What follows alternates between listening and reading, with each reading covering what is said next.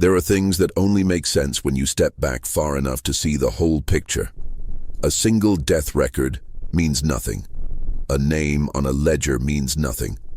A signature at the bottom of a coroner's report means nothing unless that same name appears on the next report, and the one after that, and the one after that, for 30 years, across dozens of deaths, in 3 different counties, through wars and epidemics and fires that should have scattered every trail into ash. Someone was always there.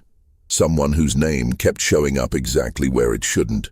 Not as the victim, not as a witness, just there, present, authorized, signed. And nobody noticed, not for 3 decades, because the one thing that makes a secret truly safe isn't hiding it. It's making it look like paperwork. This is the story of Harrow County, Kentucky, and the name that should have stopped appearing long before it finally did. Before we continue with the story of Harrow County, if you're new here, welcome. This channel exists for stories exactly like this one. True, strange, and deeply unsettling. Subscribe and hit the notification bell so you never miss one. And tell me in the comments, where are you listening from? What city? What state? I love knowing who's out there in the dark with me. The county seat of Harrow was a modest, unremarkable place in the eastern hill country of Kentucky. A cluster of buildings pressed into the crook of 2 creeks, surrounded by ridge lines that kept the weather and the outside world at bay in equal measure. By the spring of 1847, it had perhaps 400 permanent residents. 2 churches of competing denominations that shared a graveyard without speaking to one another, a dry goods store, a mill that ran slowly in dry summers, and a courthouse that doubled as a meeting hall, a place of worship when neither congregation had the room, and, occasionally, a courtroom. The county had been formally organized only 12 years before, carved from territory that had itself been carved and recarved several times since statehood. The records it kept were not meticulous. The clerk who maintained them was a man named Hector Vane, who had held the position since the county's incorporation and who ran the office with the particular combination of diligence and laziness that comes from knowing no one is ever going to check your work. Vane was 51 years old in 1847. He was a large man, not in height but in breadth, the kind of build that suggests a history of physical labor that has since gone soft. He had a round, ruddy face, thinning hair combed with deliberate care across the top of his skull, and a habit of speaking very slowly, as if each word needed to be retrieved from some considerable distance before it could be offered up. His handwriting was surprisingly fine for a man of his appearance, precise, upright letters with long, clean descenders, and it was this handwriting that would eventually become the most recognizable thing about him. More recognizable, as it turned out, than his face. The Harrow County Death Ledger for 1847 begins unremarkably. 9 entries in January, most of them elderly men and women. Causes listed in the loose vocabulary of the era: inflammation of the lungs, dropsy, the wasting sickness. Each entry bears the signature of the attending physician, when there was one, and the countersigning clerk, Hector Vane. His name appears 9 times in January, 13 in February, 11 in March. This, of course, was expected. Vane was the county clerk. His name was supposed to be on these documents. He had been signing them for 12 years without incident or comment. What was not expected, what nobody noticed until it was far too late, was that Vane's name was also appearing in places where a county clerk had no particular reason to be. In April of 1847, a man named Robert Ferris died on his property 4 miles east of the county seat. The cause was listed as a fall from a horse. The attending physician was Dr. Clarence Lott, a young man barely 2 years out of a medical college in Ohio, who had come to Harrow County looking for a practice and found one only because the previous doctor had himself died the prior winter, of what Lott, reviewing the records later, could only describe as a complaint I cannot identify from the notes. The death of Robert Ferris was unremarkable in almost every respect. He was 54 years old, a farmer, survived by a wife and 4 children, and a debt at the dry goods store that was not inconsiderable. But at the bottom of the report, alongside Dr. Lott's signature, there was a second notation: a line that read, "Verified and recorded. H. Vane, County Clerk, present at examination of remains." Present at examination of remains. This was unusual. County clerks did not typically attend the examination of remains. Their role was administrative, to receive reports and file them, to ensure the ledger was accurate, to affix the county seal when required. Nothing in the statutes of Kentucky required or even suggested that the county clerk should travel 4 miles into the countryside to stand in a barn while a young physician examined a dead farmer. Dr. Lott, when asked about it later, much later, said that he had found it odd at the time but had not questioned it. Vane had simply appeared at the Ferris property before Lott himself had even been summoned. He had introduced himself, explained that it was county policy for a clerk to be present when an estate of any significance was involved, and had stood quietly in the corner of the barn while Lott conducted his examination. He had asked no questions, he had touched nothing. When Lott was finished, Vane had nodded, made a notation in a small leather-bound book he carried, and left. "I thought nothing of it," Lott said. He seemed to know what he was about. The death of Robert Ferris was followed, in the autumn of the same year, by the death of Martin Ferris, Robert's eldest son, 22 years old, cause listed as fever of the brain. And again, at the bottom of the report, signed in that same precise upright hand, H. Vane, County Clerk, present at examination. 2 Ferrises, father and son, within 6 months. Hector Vane present at both. The Ferris property, which had been the largest privately held tract of arable land in that part of the county, passed entirely to creditors within 18 months. The widow remarried. The younger children scattered. The land was eventually purchased at auction, at a price well below its assessed value, by a land company whose articles of incorporation had been filed with the Harrow County Clerk's office 4 months before Robert Ferris's fall from his horse. The filing clerk for that incorporation was Hector Vane. None of this was visible from inside a single ledger. None of it was visible from inside a single year. It was the kind of pattern that only becomes a pattern across decades, and the only way to see it across decades was to have access to all the records at once, and to be looking for something specific. No one was looking, not yet. The years between 1848 and 1855 were not quiet ones in Kentucky, or indeed in the nation. The Mexican War had ended, leaving a generation of young men returned from a foreign country with habits and expectations that did not fit neatly back into rural county life. The debate over slavery, which had simmered beneath the surface of everything for as long as anyone could remember, was beginning to boil. Kentucky was a border state in spirit as well as geography. It would never fully commit to either side of the question, which meant it was never fully at peace with itself. And this ambient unease settled into the social fabric of places like Harrow County, like damp settling into old wood. Into all of this, Hector Vane continued to do his work. He was re-elected county clerk in 1848 without opposition. The position paid little and required much, and no one else wanted it. He was re-elected again in 1852. By this point, his tenure had lasted long enough that people had simply stopped thinking of the county clerk's office as something separate from the man who occupied it. Vane was the records. He was the ledgers, the land deeds, the incorporation filings, the death registers, the marriage licenses, the tax rolls. He was the living institutional memory of Harrow County, and he cultivated this impression with quiet, relentless care.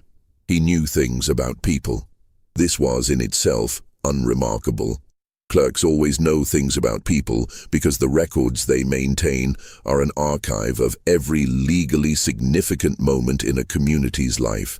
But Vane knew things specifically, and he deployed this knowledge with a precision that was, to anyone who thought about it clearly, slightly unnerving. He would mention, in casual conversation, a detail from a deed filed 15 years before. He would know, without being told, that a man's father had died intestate, and that there were therefore questions about the inheritance that had never been formally resolved, He would know who owed whom and by how much and since when. People found this impressive rather than troubling. It seemed like evidence of his dedication, his thoroughness, his care for the county and its citizens. It took a particular kind of mind to see it differently, to look at that encyclopedic memory and ask not why does he know so much, but what is he doing with it. In the spring of 1851, a farmer named Alton Greer died of what was recorded as inflammation of the stomach. He was 63 years old, a widower, with one surviving child, a daughter, Margaret, 28, unmarried, who lived with him on the family property. The property was substantial, 240 acres of bottom land along the Eastern Creek, well-watered and productive, assessed at nearly 3 times the value of most comparable tracts in the county. Dr. Lott attended the death of Alton Greer. Hector Vane was, again, present at the examination of remains. His notation in the ledger was identical to the one he had made in 1847. Verified and recorded, H. Vane, county clerk, present at examination of remains. Margaret Greer, when she came to the courthouse 6 weeks after her father's death to file the estate paperwork, found that several things were already in order.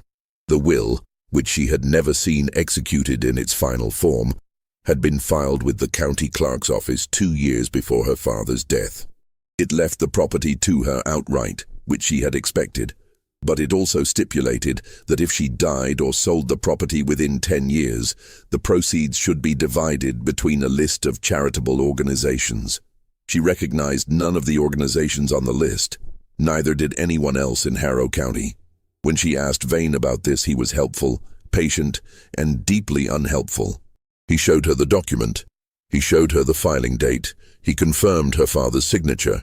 He explained at some length the legal provisions for charitable bequests under Kentucky law. He expressed his sympathy for her loss. What he did not explain was how the charitable organizations listed in the will, 4 of them, had all been incorporated through the Harrow County Clerk's office within the last 8 years. Or that the named agent for each organization was a different man in each case, none of whom lived in Harrow County, but all of whose names appeared in the clerk's records in connection with land transactions that had, over the previous decade, significantly expanded the holdings of a single, privately held land company, the same one that had purchased the Ferris property. Margaret Greer never sold. She worked the land herself, hired 2 men from the neighboring county, and built a life there that she had not expected to be building alone. She was sharp and capable and quietly furious in the way that people are when they have understood that something is wrong but cannot articulate exactly what. She watched Vane. She filed her taxes on time and in person so that she could watch him. She noted his habits, his hours, his visitors. She said nothing to anyone because she had nothing concrete to say, and because she was a woman alone on a piece of land that several powerful interests had already demonstrated they wanted, and she understood that speaking without proof is not courage. It is exposure. She was still watching in 1855, when the 3rd member of the Ferris family, Robert Ferris's second son James, who had returned to the county after several years away, was found dead in the creek at the eastern edge of what had once been the family property. The cause was listed as drowning. Hector Vane was present at the examination of remains. By that point, Vane's name had appeared on the death records of 11 Harrow County residents over 8 years. 11. His precise handwriting at the bottom of each report, that same notation, verified and recorded, H. Vane, county clerk, present at examination. And behind each of those 11 deaths, if you looked, really looked, through the land records and the incorporation filings and the will contests and the tax assessments, was a transaction. Property moved, money changed hands in directions that were not obvious. Old claims were satisfied, and new ones quietly established. Margaret Greer was 42 years old in 1855. She had a small leather-bound book of her own by then, in which she had been writing down what she had observed. Not accusations, not theories, just dates, names, and facts. The kind of record that a county clerk would recognize. She was waiting for the right person to show it to. She would wait 13 more years.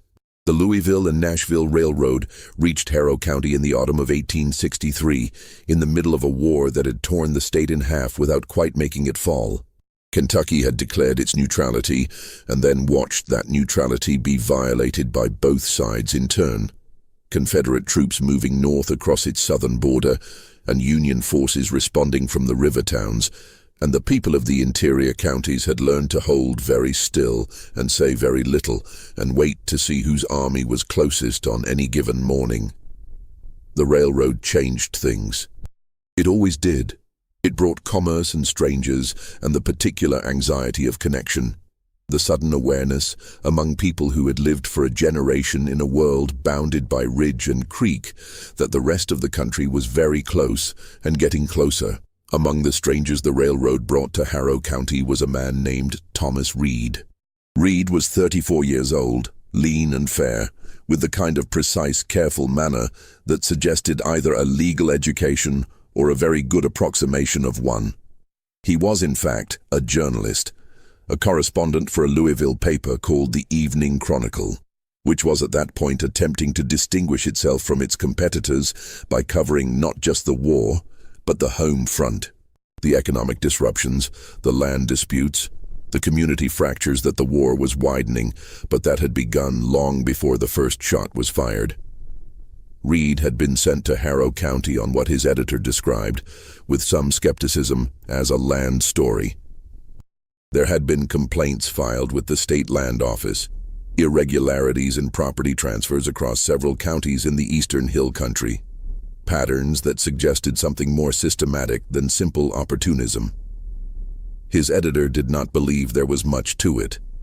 Reed had 2 weeks. He arrived on a Tuesday in October 1863 in a county that was simultaneously trying to manage the ordinary business of civilian life and the extraordinary disruptions of a war that had emptied it of most of its young men. He found lodging at the inn, asked around about who knew the county history, and was directed by 3 separate people to Margaret Greer. The first time Reed visited her property, she stood in the doorway and looked at him for a long moment before saying anything. She was, by then, 50 years old. She had the look of a woman who had been waiting for something for a very long time and had not yet decided whether what had finally arrived was it. "You're from the newspaper," she said. It was not a question. "Yes, ma'am." "You're looking into land records." "Yes, ma'am." She looked at him a moment longer, then stepped back from the door. "Come in," she said. "I have been waiting for someone to come in for 8 years." What Margaret Greer showed Thomas Reed that afternoon was not the leather-bound book. Not immediately. She understood, with the instinct of someone who had been holding a secret carefully for a long time, that the most important thing was not to give it all at once. She told him about her father, about the will with the charitable organization she had never recognized, about the Ferris family, father and son, and then the younger boy in the creek. She spoke quietly and without visible emotion, the way you speak about facts rather than grievances, because she had known from the beginning that grievances could be dismissed and facts could not. Reed listened.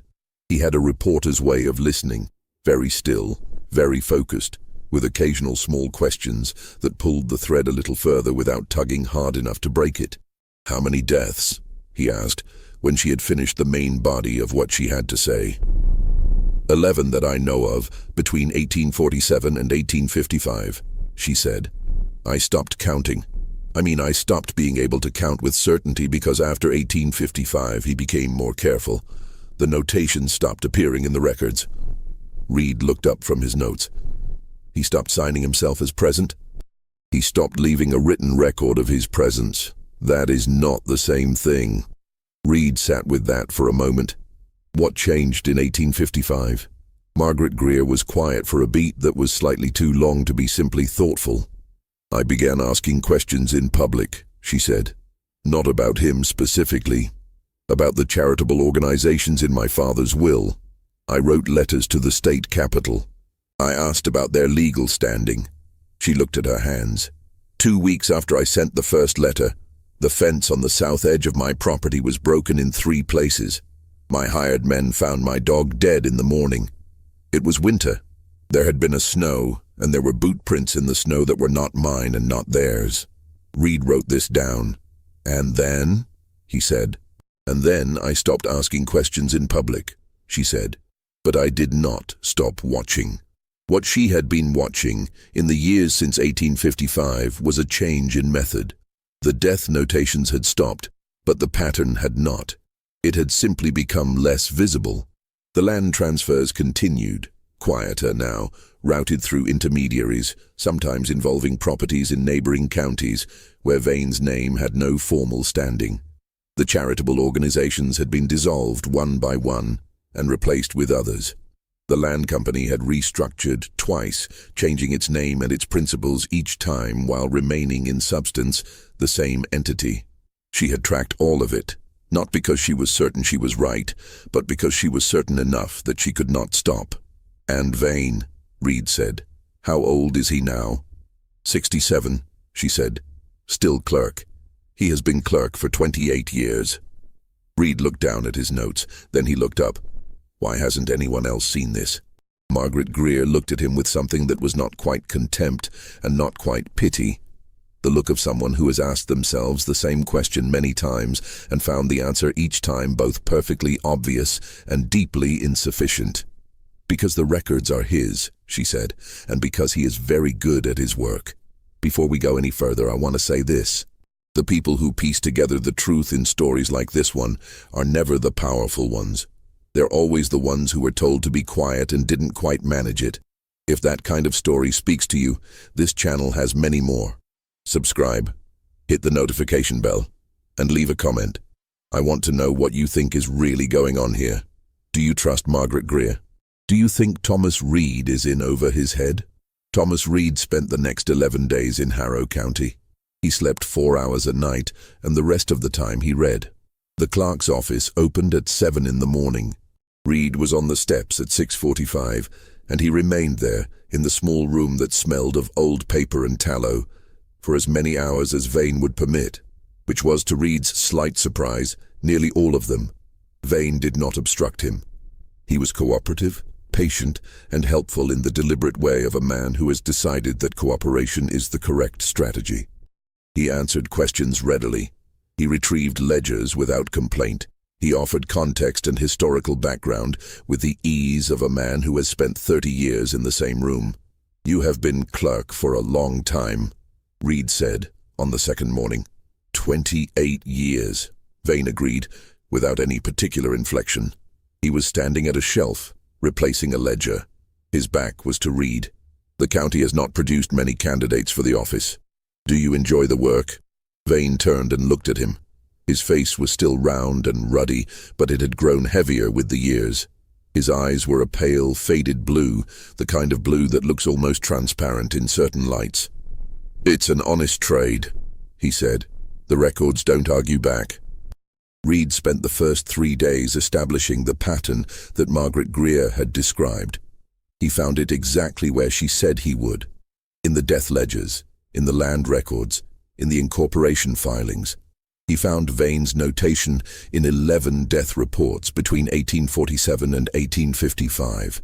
He mapped the property transfers that followed each death, tracing them through the intermediaries and the restructured entities to the land company, which by 1863 operated under the name of the Harrow Valley Land and Improvements Trust.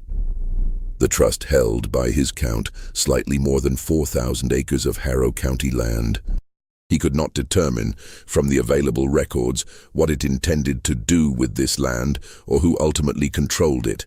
The principals listed on the trust's most recent incorporation were men whose names he did not recognize and who were not residents of Harrow County. On the 4th day, he found something that Margaret Greer had not told him about because she had not known about it. In a ledger from 1849, a property tax assessment ledger that would not typically have contained anything of interest, there was a notation in Vane's hand at the bottom of an otherwise routine page that read, "See also Pendleton, 1848. That was all. See also Pendleton, 1848. No explanation. No context. just the name and a date range with no end. Pendleton County was 80 miles to the west, across the ridges and along the river. Reed did not know at first whether this meant Pendleton County specifically or a person named Pendleton. He wrote it down and kept going. On the 6th day, he found the second name. This required looking not in the death ledger itself, but in the margin of a page in the records of the Harrow County Circuit Court. A page from an 1853 probate proceeding relating to the estate of a man named Jacob Holt, who had died of the stomach complaint in the summer of that year, and whose small farm on the northern ridge had subsequently been acquired by a company that Reed's mapping exercise had already connected to the trust. The probate record was routine, but in the margin, in ink slightly different from the body text added after the main document had dried, there was a name, not Vane's name, a name Reed had not seen before, W. Crane. Just that. No first name spelled out, no title or designation, just W. Crane, written in a hand that was not Vane's, slightly heavier, with a different character to the capital letters. Reed copied it into his notes and said nothing. On the 7th day, he asked Vane, as casually as he could manage, whether the clerk's office maintained records of its interactions with other county offices in the state. "What do you mean by interactions?" Vane asked. "Correspondence, professional exchanges, when records from another county are relevant to a Harrow County matter, for instance." "There is a correspondence file," Vane said, "in the back room. It is not organized in any way that would be useful to a journalist. I'd like to look at it if that's all right." Vane looked at him for a long moment. "It is all right," he said. The correspondence file was not organized in any way that would be useful to anyone. It was a wooden crate, approximately 2 feet deep, containing what appeared to be 20 years of miscellaneous letters, receipts, notifications and official communications, none of it sorted, much of it faded or water-damaged. Reed spent 4 hours in the back room working through it methodically. He found 8 letters addressed to Hector Vane from a county clerk's office in Pendleton County, dated between 1848 and 1856.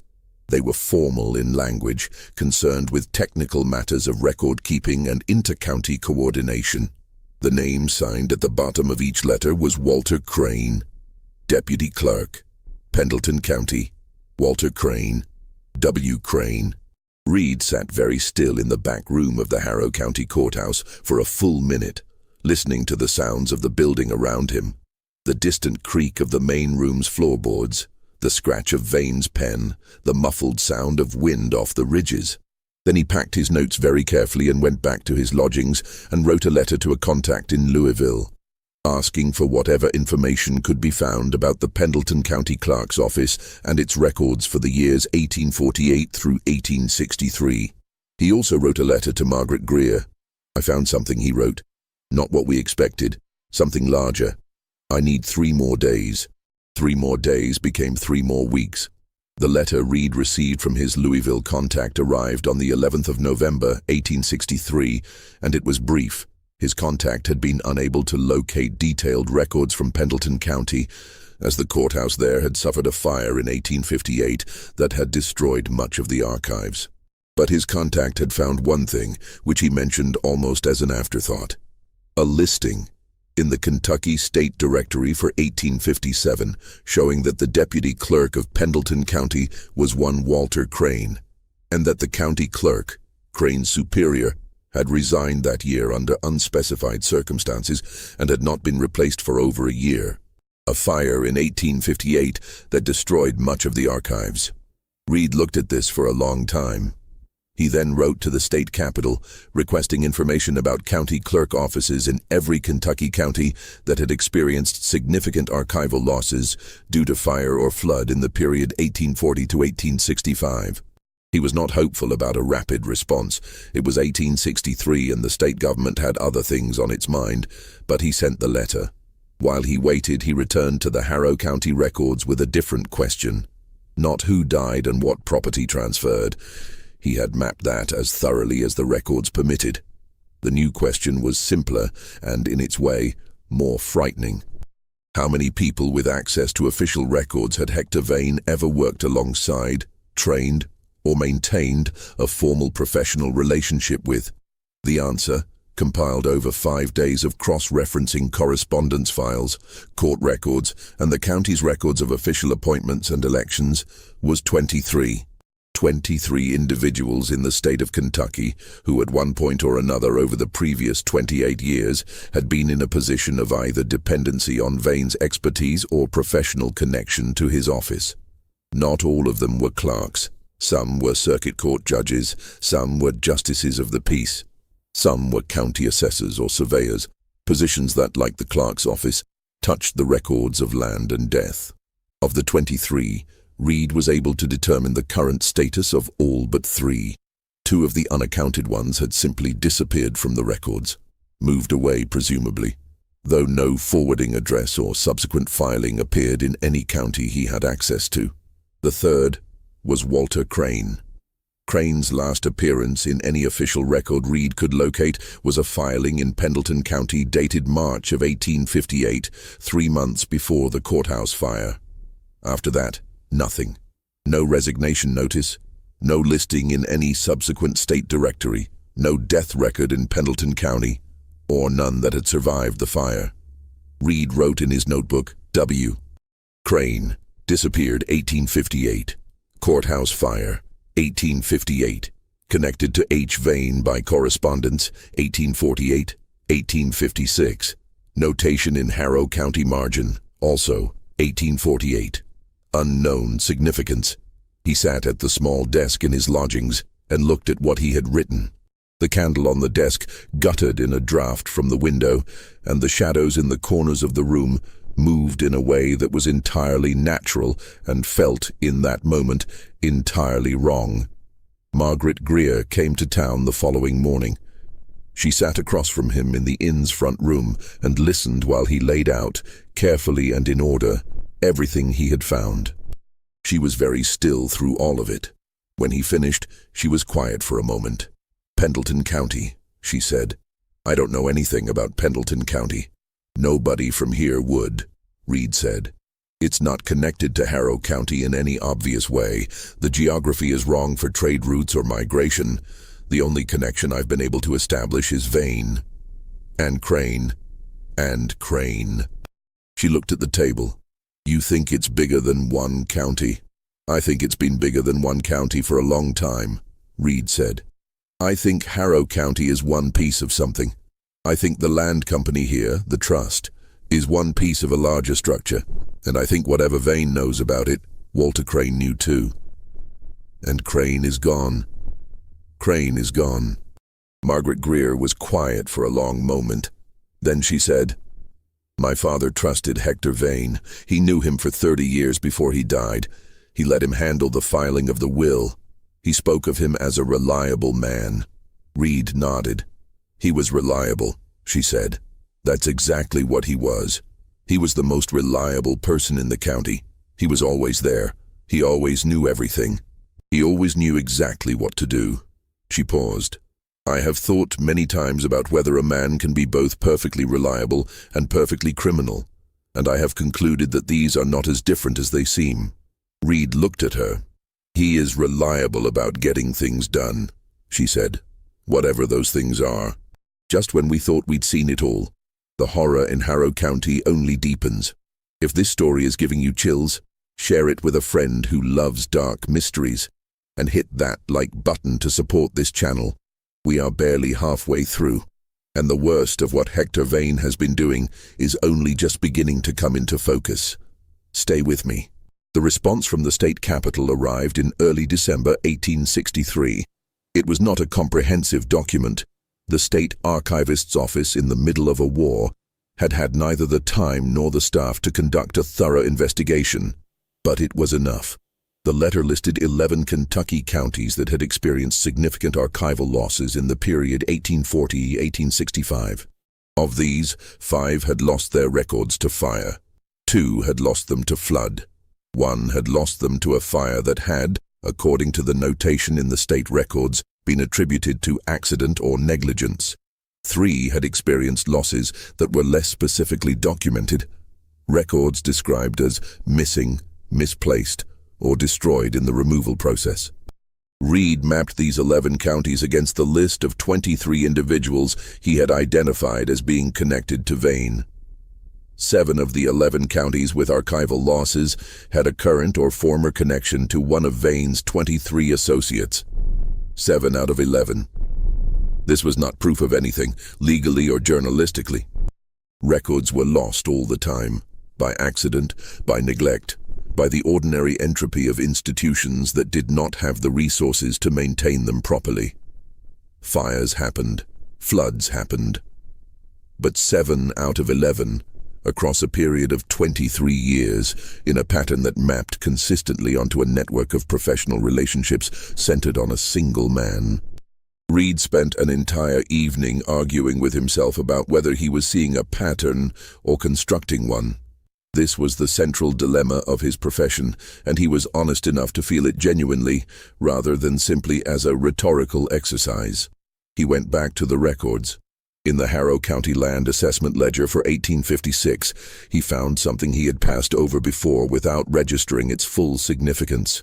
A correction, a formal amendment to a prior entry executed in Vane's hand, relating to a parcel of land that had been assessed in 1847 at a value considerably higher than its eventual sale price.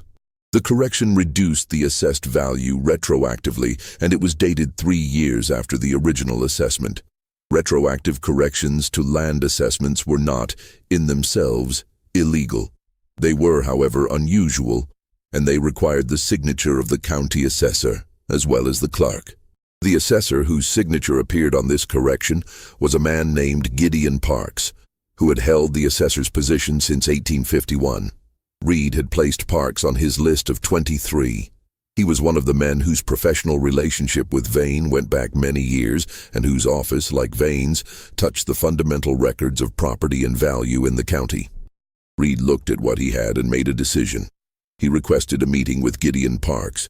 Parks agreed to see him the following afternoon at the assessor's office in the courthouse building. He was a small, neat man of perhaps 60, with a careful, watchful manner and the slight tremor in his hands of someone under chronic stress. He answered Reed's preliminary questions about the county, about his office, about land records in general, with the cooperative vagueness of a man who knows more than he's saying, but has not yet decided how much to say. Then Reed asked him about the 1856 correction. Parks went very still. "That is a routine amendment," he said after a moment. "The original assessment and the corrected value are substantially different," Reed said. "Assessments are sometimes revised. 3 years after the fact." Parks looked at his hands. The tremor was slightly more visible. "Mr. Parks," Reed said carefully, "I am not here to write about you. I'm trying to understand a pattern of activity that has been going on in this county for a long time, and I believe it has happened, in somewhat similar form, in other counties in this state. I am not asking you to accuse anyone, or put your name to anything. I am asking you to help me understand what I am looking at." Parks was quiet for a long time. The afternoon light was coming through the narrow window of the office, catching the dust in the air, and outside there was the sound of a cart going down the main street and someone calling out to someone else. "The correction was not my idea," Parks said finally. His voice was very low. Reed waited. "I was told the original figure was in error," Parks said. "I was told it needed to be adjusted. I was told this was a standard procedure." "Who told you?" Parks looked up. His eyes in the light were the color of old paper. "You already know," he said. Reed wrote down nothing in that moment. He kept very still. "Did this happen more than once?" he asked. Parks looked back at his hands. "I have been assessor for 12 years, he said. "In 12 years I have made 17 corrections to prior assessments." Reed looked at him. "How many of those corrections did you initiate yourself?" Another long silence. 3, Parks said. "The others were—" He stopped. "Requested," Reed said. Parks said nothing, but he did not deny it. "Were there others?" Reed asked. "Not assessors. Others who received requests like yours?" Parks looked at the window. at the dust moving in the afternoon light, at the ordinary street sounds outside. "You need to understand what this county was like before the war," he said. "How few men there were who held positions of any responsibility, how much any one of them depended on the cooperation of the others. If the clerk says a thing is so, the assessor does not easily say it is not. If the clerk has been in his position for 20 years, and you have been in yours for 2, you don't—" He stopped again. "You don't find it easy to question him?" "No," Reed said. "And once you've done a thing once," Parks said, "you have done it. That is the other part of it. Once you have done a thing that is not right, you are no longer in a position to object to the next one." Reed sat with that for a moment. Then he said, "The deaths, the ones where he was present." Parks turned back to look at him. Something in his face shifted, a change not of expression but of quality, as if the air around him had changed temperature. "I don't know anything about that," he said. His voice was different now, quiet and absolute. "I don't know anything about that, and I won't speak about it. Mr. Parks, that is the end of what I will say," Parks said. "I have told you more than I should have. I have told you more than I intended to." He stood, signaling that the meeting was over. Reed stood too. "One question," Reed said. "Just one." Parks waited. "How many people in this county?" Reed said. "Do you think know what you know?" Gideon Parks looked at him for a long moment. His hands were no longer trembling, which was somehow more disturbing than when they had been. "Enough," he said. "And none of them have said a word in 12 years. Think about what that means." What it meant, Reed thought, walking back to his lodgings in the grey December afternoon, was that the silence had been cultivated as carefully as everything else, not just through fear, though fear was certainly part of it, but through something more subtle and more durable, through complicity, through the slow accumulation of small compromises that bound each person to the silence by their own participation in it. This was not a new observation. Reed had covered political corruption before, had seen the mechanisms of organized dishonesty in city governments and railroad companies and legislative bodies. But there was something different about what he was looking at here, something smaller in scale and therefore, in a way, more disturbing. This was not the grand corruption of great institutions. This was the corruption of the ordinary, the everyday, the unremarkable.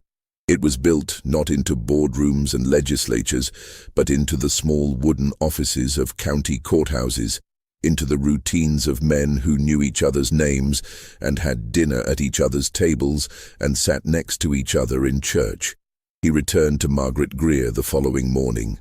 She listened to his account of the meeting with Parks, with the careful attention she brought to all information, absorbing it, weighing it, setting it in the context of what she already knew. 17 corrections, she said, in 12 years, and 14 of them were not his. So he says. She nodded slowly. "What I never understood," she said, "was how Vane knew which properties to target. The ones he went after were not random. They were the best land in the county, or the most strategically located. He didn't come to my father's property by accident. He came because it was the right land." She paused.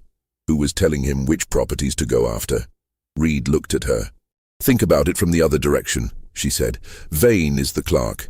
He knows the records. But knowing which land is valuable is different from knowing which land is available, which owners are in debt, which are sick, which have disputes that could be exploited. That's the assessor's knowledge. The assessor would know who couldn't pay their taxes, who was overextended, who had contested claims." Reed sat with that for a moment. So Parks was not just processing the corrections. He was identifying the targets, she said. Or someone in his office was. And then Vane did the rest. But Parks said he didn't know about the deaths. Parks said he won't speak about the deaths, she said. Which is not the same thing. Reed looked out the window at the winter fields. "I need more," he said.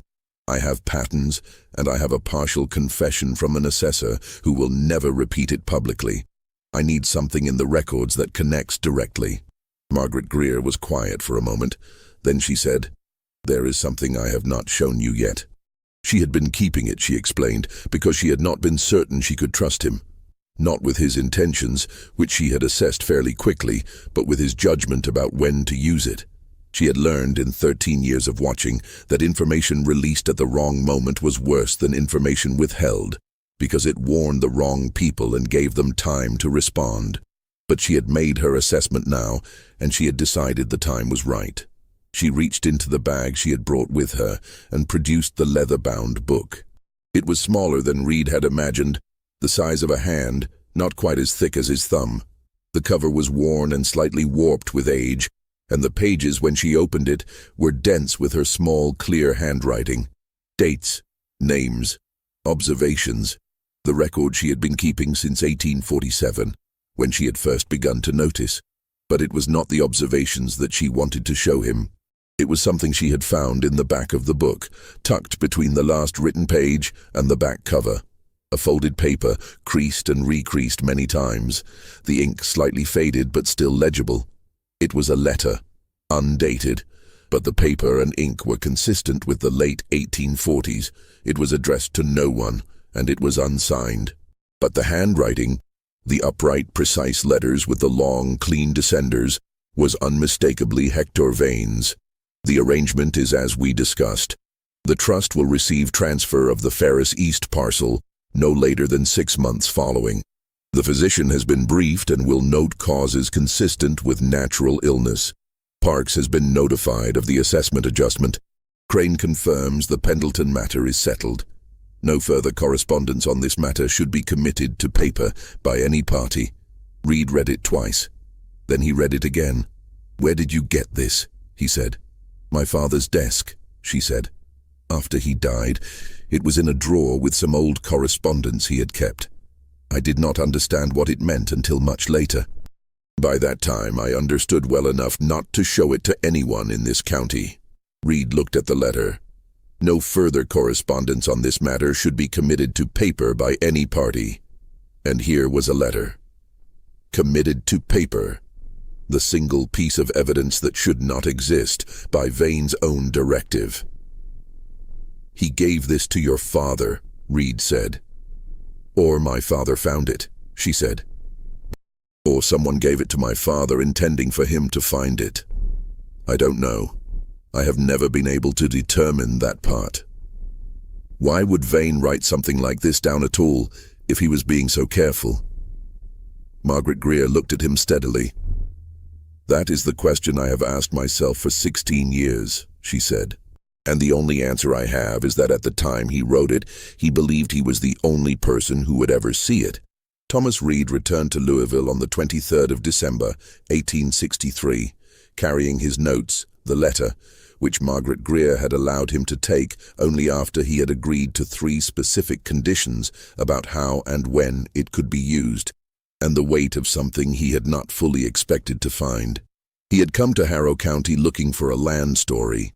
He had found something that was, on its surface, exactly that. A story about land, about the way it moved from the living to the dead, to the powerful through mechanisms that looked at every individual step, like ordinary commerce and ordinary record-keeping. But beneath that surface, in the space between the documents and the facts they described, he had found something else. He had found a system, not a conspiracy in the dramatic sense, not a meeting in a candlelit room where powerful men plotted in low voices. Something more banal and therefore more durable. A set of habits and relationships and understandings that had grown up over decades among men who occupied positions of small but significant power, who had learned, one small compromise at a time, what it was possible to do with those positions without ever formally agreeing to do it. He spent January and February of 1864 in the Louisville offices of the Evening Chronicle, writing and rewriting and discarding and rewriting. His editor, a man named Harris who had been skeptical from the beginning, read the drafts with increasing discomfort. "This is very serious," Harris said after reading the 4th draft. "Yes," Reed said. "You have one piece of documentary evidence. The letter. I have the letter, Parks's partial testimony, the pattern in the records, and 17 years of documented observation by a credible witness. The letter is unsigned and undated. The handwriting is Vane's. I can establish that. Harris looked at the draft on his desk. If we publish this and we're wrong about any part of it, we're not wrong, Reed said. If we publish this and appear to be wrong, Harris said, or if Vane has any kind of recourse. He'll have recourse, Reed said. He has had recourse for 30 years. He'll use it. But the record is the record. I've mapped it. It's there. Harris sat with the draft for a long time. Outside the window, the city went about its business in the gray January cold. Carts and voices and the distant sound of the river. You say this extends beyond Harrow County, Harris said. I believe it does. I can only fully document Harrow County with what I have now. But the pattern with Walter Crane and Pendleton County, the notation in the margin, the lost records, it suggests at minimum a second county, and possibly more. How many more? Reed looked at him. That's the part I can't determine yet. I need access to records that may not exist anymore in counties where the archives have been... He paused. Managed. Harris looked at him sharply. You're saying the missing archives are not coincidental. I'm saying that 7 of the 11 counties in Kentucky, with significant archival losses between 1840 and 1865, have documented connections to men who had professional relationships with Hector Vane. I'm saying that when records disappear, and the only person left who knew what was in them is the person with a motive to make them disappear, it is worth asking the question. Harris was quiet for a long moment. Then he said, We'll need a lawyer. I expected that. And we can't publish while the war is still. The war will end, Reed said. When it does, I want to be ready. He was ready when it ended. The 5th draft of the article was complete by July of 1865, 3 months after Appomattox.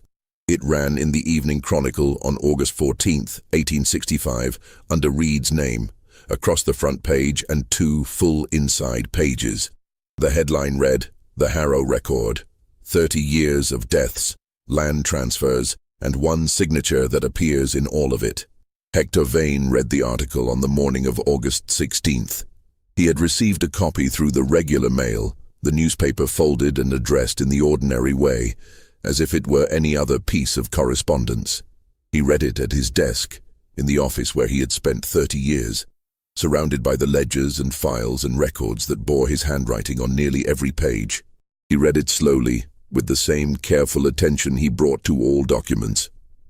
When he finished, he set it on the desk and sat very still for a long moment. Then he took out a sheet of paper and began to write. What he wrote was not a denial. It was a response, and the distinction was significant. He addressed it to the editor of the Evening Chronicle, and it ran to 6 pages. In it, he did not deny the facts Reed had reported. The presence of his name on the death records, the existence of the letter, the pattern of land transfers, the involvement of Parks and Crane. Instead, he contextualized them. He acknowledged that he had been present at the examination of remains on multiple occasions. He explained that this was a practice he had adopted following a dispute in 1847 about the valuation of an estate, in which an error in the physician's report had led to a legal complication that had taken years to resolve. To prevent future errors, he had made it his practice, when a death involved property of significance to the county records, to attend the examination personally. This was not, he noted, required by statute, but neither was it prohibited. He acknowledged that he had had a professional relationship with Walter Crane of Pendleton County. He described this as an ordinary correspondence between county clerks, undertaken for the purpose of aligning record-keeping practices between neighboring jurisdictions. He acknowledged that the trust had acquired land in Harrow County over many years. He explained that he had served, in an unofficial advisory capacity, as a consultant to the trust on matters of county land records. This was, he acknowledged, a conflict of interest that he should have disclosed, and he expressed regret that he had not done so. He said nothing about the letter. He addressed it only in a single sentence, noting that the document attributed to my hand has been removed from its context and its meaning misrepresented. He said nothing about the deaths, The response was brilliant in its way, measured, reasonable, conceding enough to seem credible without conceding anything that could be used against him. Harris read it and said, with a mixture of frustration and professional admiration, that Vane had clearly spent time in his life reading legal documents. Reed read it and felt something cold settle in his stomach, not because the response undermined his reporting. It didn't, and both of them knew it, but because it was the response of a man who had done this before, who had faced scrutiny before and had survived it, and who understood from experience exactly how much to concede and exactly how much to withhold. The response was published. And then the other thing happened. 3 days after Vane's response appeared in the Chronicle, Gideon Parks resigned as county assessor. He cited health reasons. He left Harrow County within the week and did not give a forwarding address. The week after that, the offices of the Evening Chronicle received a letter from a legal firm in Frankfort, Kentucky, representing, as it turned out, not Hector Vane personally, but the Harrow Valley Land and Improvements Trust. The letter alleged that the article constituted defamation and demanded a retraction. Harris summoned Reed to his office. "We are not retracting," Reed said. "No," Harris agreed, "but we're going to court." "Good," Reed said, "because that means the records become part of a legal proceeding, public record. They can't be managed once they're in a proceeding." Harris looked at him. "You thought they might try to manage the records?" "They have been managing records for 30 years, Reed said. "That is the entire story." The lawsuit was filed in October of 1865 and proceeded with the glacial pace of Kentucky civil litigation in the immediate post-war period. Courts were backed up. Lawyers were unavailable. Witnesses were scattered. But the lawsuit had the effect Reed had predicted. It forced the records into a formal legal context, where they could not be altered without detection and where their contents became, in a limited but real sense, public property. And in that context, a second journalist became interested in the story. Her name was Eliza Dorn, and she worked for a small but ambitious paper in Cincinnati, Ohio, called the Western Intelligencer. She had read Reed's original article and had been following the lawsuit with interest, and she had done something Reed had not. She had gone to Pendleton County. The courthouse fire of 1858 had destroyed most of the Pendleton County records, but not all of them. Some had been removed before the fire, for reasons that the subsequent investigation, which Dawn noted in her first letter to Reed had been remarkably brief and inconclusive, had never clearly explained. These removed records had been taken to the home of the county judge who had died in 1861, whose widow had died in 1864, and whose estate had been administered by, it took a moment for Reed to absorb this, a land company incorporated in Pendleton County in 1857, whose listed agent was a man named J. Holt. J. Holt. Jacob Holt of Harrow County had died in 1853, but the name was not so unusual. It could be coincidence. Dawn did not think it was coincidence. She had found, in the ruins of a barn that had once been the primary storage facility for the county judge's estate, a water-damaged box containing approximately 40 pages of miscellaneous Pendleton County records, including 17 death reports from the years 1849 through 1857. 14 of those 17 death reports bore, at the bottom, a notation. Not in Vane's handwriting. Vane was 80 miles away. But the same notation in a different hand, verified and recorded, W. Crane, Deputy Clerk, present at examination of remains. Walter Crane had been doing in Pendleton County exactly what Vane had been doing in Harrow County.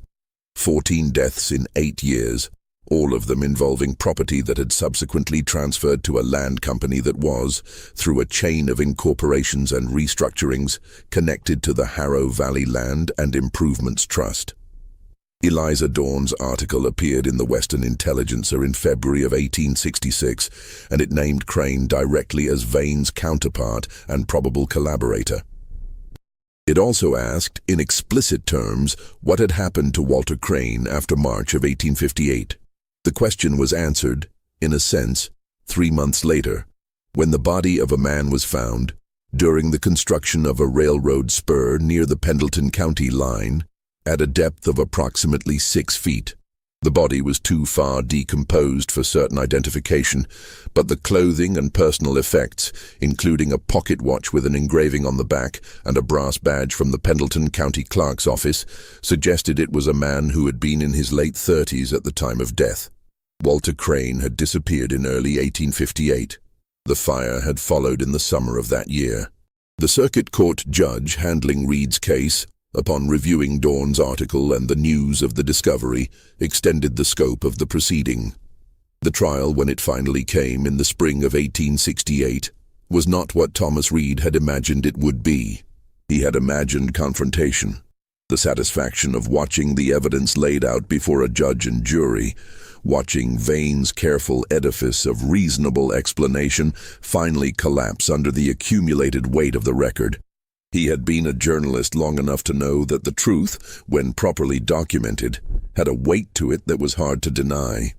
But the legal system was not a newspaper, and the standards were different, and the men in the courtroom brought with them all the complications of the world they had come from. Hector Vane, now 82 years old, sat at the defense table with the patience of a man who has outlasted everything before and intends to outlast this. He had hired the best lawyer in Frankfurt, a man named Clement Davis, whose reputation for dismantling circumstantial evidence was formidable. Davis spent the first 3 days of the trial methodically challenging the authenticity and provenance of every document Reed had assembled, not necessarily arguing that they were fraudulent, but planting the seed of uncertainty about each one. The letter, Margaret Greer's letter, Vane's letter, the one that should not have existed, was the crux of the evidentiary dispute. Davis argued that its handwriting could not be definitively attributed to Vane, that its lack of date or signature made it useless as direct evidence, and that its provenance, found in a dead man's desk by his daughter, held in private for 16 years, gave ample opportunity for alteration or fabrication. Margaret Greer testified on the third day. She was now 55 years old. She walked to the witness stand with the composure of a woman who had been preparing for this moment in one form or another since the morning she had found her father's will, and stood in this very courthouse asking a younger Hector Vane what the charitable organizations listed in it were. She answered Davis's questions directly and without flinching. She did not embellish. She did not speculate. She reported what she had observed, with dates and details, and when she did not know something she said so with the same clarity she brought to what she did know. Davis questioned her for 2 hours and did not shake her. On the stand, she looked at Vane once, directly and without expression. He looked back at her with his pale, faded eyes and an expression that was equally without expression. And for a moment, the courtroom was very quiet. The jury deliberated for 4 days. The verdict, when it came, was both a result and a disappointment. The civil defamation suit, which had been the nominal framework for the entire proceeding, was decided in favor of the Evening Chronicle and Thomas Reed, meaning the article stood and no retraction was required. This was a victory of record. But the broader implications, the question of what Vane had actually done, of who had died and why, of what the trust had been and how it had operated, these questions the court could not fully answer from a civil defamation case. The judge, in his findings, noted that the evidence raised serious and credible concerns about the conduct of the county clerk's office over a period of decades, and recommended that the Kentucky Attorney General's office conduct a formal investigation. The Attorney General's investigation was announced the following month. It ran for 2 years. The Attorney General's investigation, which concluded in the autumn of 1870, produced a document that ran to over 300 pages and was formally titled Report on the Administration of the Harrow County Clerk's Office and Related Matters, 1835 1868. Thomas Reed obtained a copy on the day of its release and read it in his office in Louisville over the course of 2 days, making notes in the margins. What he found was what he had expected to find, and what he had expected to find was worse than what most people had been prepared to hear. The investigation had confirmed, through independent analysis of the Harrow County records, that 31 deaths recorded in the county between 1847 and 1865 had involved the presence of Hector Vane at the examination of remains. Of these 31, 24 had been followed by property transfers that could be traced to the trust or to entities connected to it. The combined value of these properties, assessed at current rates, was substantial enough that the investigators had, at one point, engaged a specialist in land valuation to verify their arithmetic. The investigation had also confirmed the connection to Pendleton County. Walter Crane's involvement and his subsequent fate had been established to the satisfaction of the investigators, though the report noted carefully that the evidence, while strongly suggestive, does not permit a definitive determination of the circumstances of Crane's death. In addition to Harrow and Pendleton, the investigation had identified two other counties, one in eastern Kentucky and one along the Central Corridor, where similar patterns could be identified in the records. In both cases, the county clerk at the relevant period had a documented professional connection to Vane, and in both cases, significant archival losses had occurred that prevented the full reconstruction of the pattern. The investigation had found evidence suggesting that the network had operated at its peak across at least 4 Kentucky counties simultaneously. It had estimated conservatively that the total number of deaths where Vane's name appeared in Harrow County records alone across the full 30-year period was 47. 47 deaths. One name. The report could not, on the evidence available, conclude that Vane had caused any of the deaths. The physician's reports were consistent with natural causes in every case. There was no toxicology, no post-mortem analysis, no surviving witness who claimed to have seen anything. What the report could say, and what it said with considerable care and legal precision, was that Vane had been systematically present at deaths that had subsequently benefited his associates, that he had maintained a professional network capable of coordinating the exploitation of these deaths, and that the records of several counties had been compromised in ways that prevented a complete account. The report recommended criminal prosecution on charges of fraud, breach of fiduciary duty, and conspiracy to defraud landowners. It referred the question of potential additional charges to the district prosecutor. Hector Vane was 84 years old by the time the report was released. He had retired from the county clerk's office in 1868, the year the lawsuit was decided. He had retired quietly without ceremony, having served 31 years, longer than anyone in the county's history. He had, by all accounts, spent his retirement in his house on the eastern edge of the county seat, reading, tending a small garden, and receiving occasional visitors with the measured courtesy of an old man who has made his peace with things. The criminal prosecution was never fully completed. In March of 1871, before the case came to trial, Hector Vane died at home. The cause was recorded by the attending physician as failure of the heart. The death was unremarkable in almost every respect. He was 85 years old, and old men died of heart failure. At the bottom of the death report, as required by county procedure, was the signature of the current county clerk, a young man, newly appointed, who had inherited the office and the ledgers and the records, all of it, from the man who was now gone. Hector Vane's death record was the only one in Harrow County history that bore no counter-signature. No one was present at the examination of remains. Thomas Reed wrote about the Attorney General's report for 3 weeks. His coverage appeared in 5 installments in the Evening Chronicle, the last of which ran on November 12, 1870, under the headline, 30 Years, 47 Names, and 1 Ledger that was never meant to be fully read. He was 40 years old by then. He had spent 7 years on the story, longer than any single story in his career, and he had experienced by the end of it the particular form of exhaustion that comes not from overwork, but from prolonged proximity to something that did not resolve in the way that stories are supposed to resolve. The trust had been dissolved by court order in 1869. Its assets, the land, the investments, the accumulated holdings of 30 years, had been placed in receivership while the investigation attempted to trace their ultimate ownership. This process had been complicated by the structure of the trust, which had been designed with considerable sophistication to obscure its beneficial ownership. The investigators had been able to trace portions of the assets to individuals, some of whom were identified and held accountable in civil proceedings, but the full picture had never emerged because too many of the records were gone. That was the other thing Reed wrote about.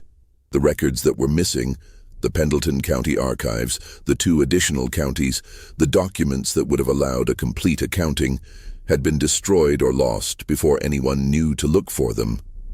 The investigation could document 31 deaths in Harrow County. It could not know how many deaths had occurred in the other counties because the records were gone. This, Reed wrote, was perhaps the most disturbing aspect of the entire matter. Not the individual crimes, which were in one sense ordinary. Land fraud was not new, and the exploitation of the dead was not new, and the corruption of public officials was not new. What was disturbing was the architecture of disappearance. The fact that someone had understood, from the beginning, that the only real vulnerability in the scheme was the record, and had addressed this vulnerability not by avoiding the record, but by controlling it, by being the record, by making sure that the person who could read the pattern most clearly was the person who had written it. The record is the record, Reed had told Harris years before. It's there. He had believed this absolutely, believed in the documentary power of accumulated fact to outlast the people who had created it. He still believed it, but he believed it with less certainty than he once had, because he had spent 7 years looking at what happened when the keeper of the record was also the author of the harm it documented. He had seen how easily the record could be shaped, curated, thinned, not falsified, not crudely altered, but managed over time by someone with the patience and the access and the will to do it.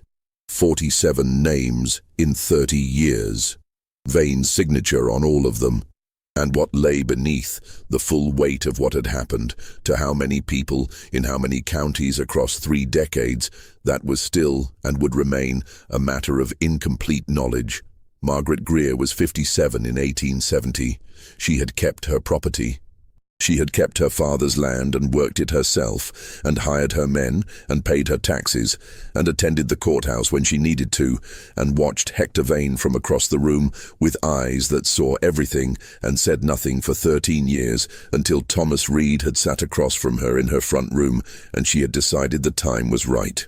She was asked by Reed, in the last of his interviews with her, whether she felt that justice had been served.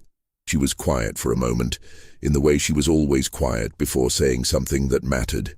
"The land is in receivership," she said. "Some of the people who profited from this are facing proceedings. The record has been corrected, as much as it can be corrected."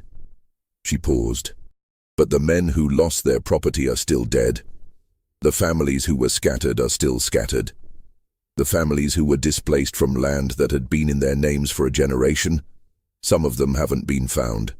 And the records from the other counties are gone. So no," Reed said. "I did not say no," she said. "I said what happened. Justice is not my word for what we have. What we have is a corrected ledger. It is less than justice and more than nothing. And that is the most honest accounting I can give." Reed wrote that down. He used it in his final piece, without attribution, because she had asked him not to name her in the final article. She had spent 30 years watching from a safe distance, and she was not ready, quite yet, to be visible in the way that final naming would require. He respected this.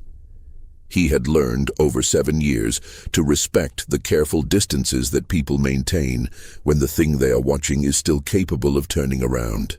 The Harrow County Courthouse was rebuilt in 1874, following a fire that began in the annex where old records were stored. The fire was attributed, after a brief investigation, to an overturned oil lamp. The records destroyed in the fire were, for the most part, duplicates of documents that had already been entered into evidence in the Attorney General's investigation. Nothing essential was lost. Or so the investigation concluded. Thomas Reed, by then a senior editor at the Evening Chronicle, received a letter about the fire from Eliza Dorn, who had continued covering the story from Cincinnati with the steady determination she had brought to it from the beginning. Her letter was 3 paragraphs long. The first paragraph reported the fire. The second noted that the investigation had been conducted by the current county clerk and had concluded in 5 days. The third paragraph contained a single sentence. The current county clerk was appointed in 1868, the year Vane retired. He was trained in record-keeping by Hector Vane personally. Reed put the letter on his desk and looked at it for a long time. Then he wrote back to Dorn. "I know," he wrote. "I have known for 2 years. I have been trying to determine how much of the old pattern transferred with the training." Her response arrived 10 days later. "Enough," she wrote. "I don't know yet how much more than enough, but enough." In the autumn of 1877, a deed researcher named August Rawls was contracted by a Philadelphia investment firm to conduct a title search on a large parcel of Kentucky land that the firm was considering for purchase. The parcel was in Harrow County, one of the last significant tracts of the trust's former holdings that had not yet been fully adjudicated through the receivership process.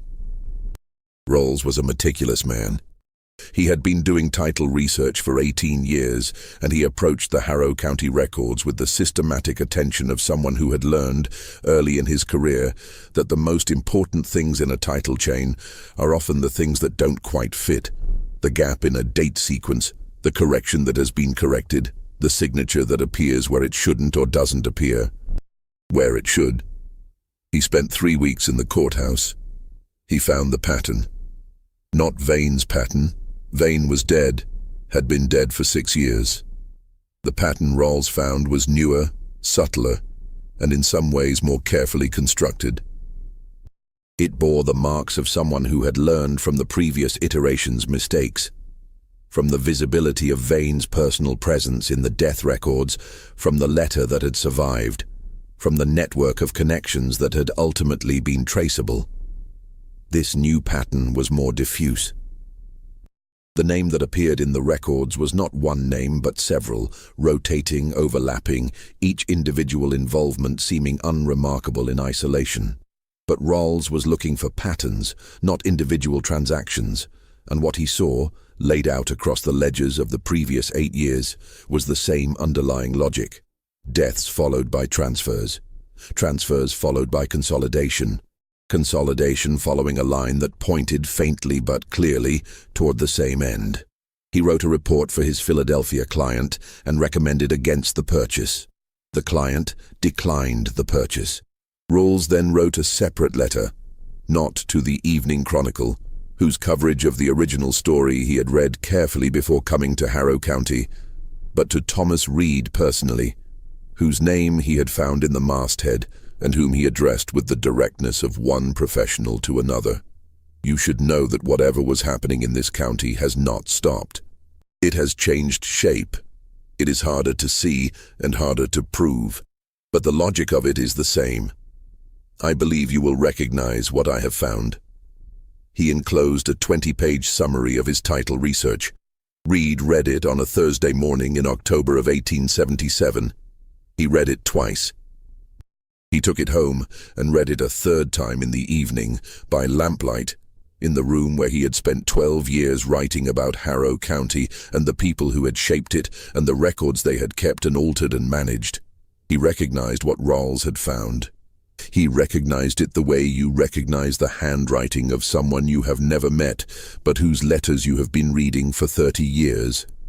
Not the letters themselves, because those had changed, but the hand behind them, the logic behind the hand, the particular way that a certain kind of mind organizes the world into something that looks, from any single angle, like nothing more than ordinary paperwork. He was 58 years old. He had spent 15 years on this story. He sat for a long time in the lamplight. Then he wrote 2 letters. The first was to August Rawls, asking him to continue his research and to document everything with the same rigor he had already demonstrated. The second was to Eliza Dorn, who was still at the Western Intelligencer in Cincinnati, who had never stopped watching, who had predicted 2 years before that there was enough of the old pattern left to grow back if the conditions were right. "You were right," he wrote. "It started again, or it never stopped. I cannot yet tell which." The second investigation into Harrow County began in 1878. It was slower and quieter than the first, partly because the principals had learned from the first investigation, and partly because the men conducting it, Reed and Dorn and Rawls, working without the formal apparatus of a lawsuit or an attorney general's office, had only the tools of documentation and publication, which were formidable but not unlimited. By the spring of 1879, they had assembled enough to publish. Reed's final article on Harrow County appeared in the Evening Chronicle on the 14th of April, 1879. It was titled, "With the Particular Weight of a Man Who Had Been Working Toward This Sentence for 30 Years. The name changed, the system did not." The article documented the second iteration of the pattern, the 8 years of quiet activity following Vane's retirement and death, the new network of names, the same underlying logic of deaths and transfers and managed records. It named the current county clerk. It named 2 associated landholders. It named the firm in Louisville that had served, without apparent awareness, as the financial conduit. And in the last paragraph, Reed wrote something he had not written in any of his previous articles, something he had been turning over in his mind for 15 years, since the afternoon in Margaret Greer's front room when she had told him about Hector Vane with the flat precision of a woman who had been holding the truth for too long. "The most dangerous official in any community," he wrote, "is not the one who is openly corrupt, because the openly corrupt can be identified and removed. The most dangerous official is the one who is indistinguishable from the legitimate exercise of his function, the one whose crimes are built into his duties, whose frauds require the same skills as his honest work, whose presence at the scenes of harm is explained by his role and his role alone." In Harrow County, Kentucky, for 30 years, this man was the keeper of the public record. He did not falsify the record, he shaped it. He was there at the beginning of every transaction, and he was there at the end. And the record shows that he was always exactly where he was supposed to be. That is not a coincidence. It is the point. The current county clerk resigned 6 weeks after the article appeared. A state investigation was opened in July of 1879. Thomas Reed did not cover it.